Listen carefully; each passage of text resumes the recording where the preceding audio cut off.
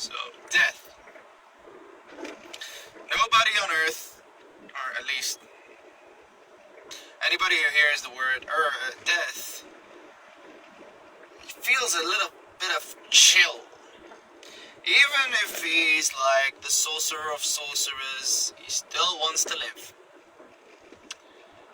And Marilyn Manson, like he had one of his lyrics, he said, without the threat of death, there would be no reason to live at all. So today tonight we're talking, as I'm driving again, about the death card. So, death card, well,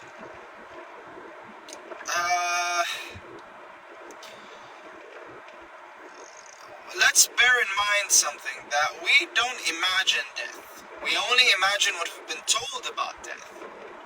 And even if you deal with spirits or dead people or whatever, or ghosts or whatever you're going to call them, at the end of the day, there is no tangible proof except the results of your working, which can be proved by other things, that something is, that it's something else other than the thing that you think it was, you know? So, technically, nobody knows what happens when you die. The only thing that we know is that people disappear into the grave, into the ground. That's like what we are certain of. But even we call it death, and then we don't really know if it's death, or we only know that the body no longer exists and exists as bones and then degenerates into nothingness. And we really can't imagine nothingness, because if we even imagine nothingness, then we're imagining something. So it's kind of an impossibility to say, or a really low possibility for us to imagine death in its truth. However, the closest thing we have to death is letting go. Is throwing down your possessions and letting go of the past and all that. And in the death card, we're dealing with the black self, which one of its primal goddesses is motherfucking Kali. And there's a lot to learn from Kali. A lot.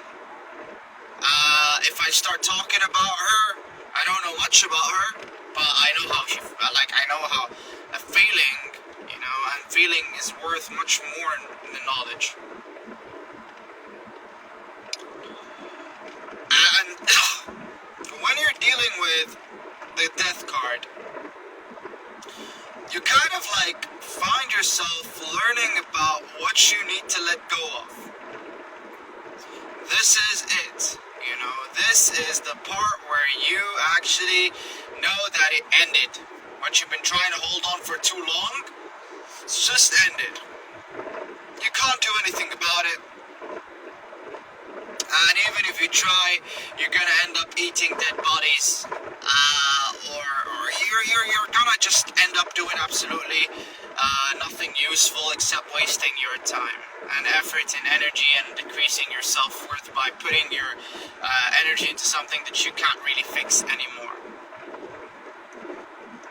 And most of the time people consider death not most of the time, a lot of people consider it as a negative card. I myself don't. In fact, I think death card is a very, very, very liberating card, because once you know that you can't do anything, that's when you can actually do something for something else.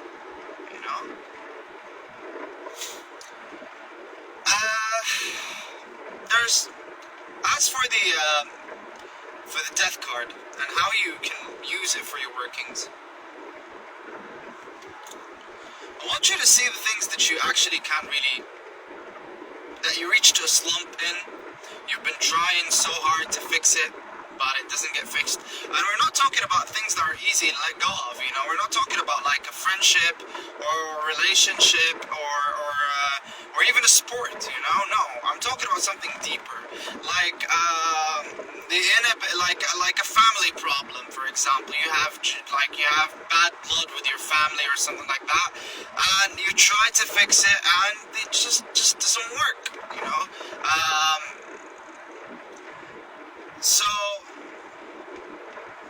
it's about time you let go of that. That's what the death card tells you. On another level, on the emotional level, and now we talked about the exterior, now we can talk about the interior effects of the death card. Here's the thing. You learn in the death card that you can't really let go of something unless you feel it's positive and negative.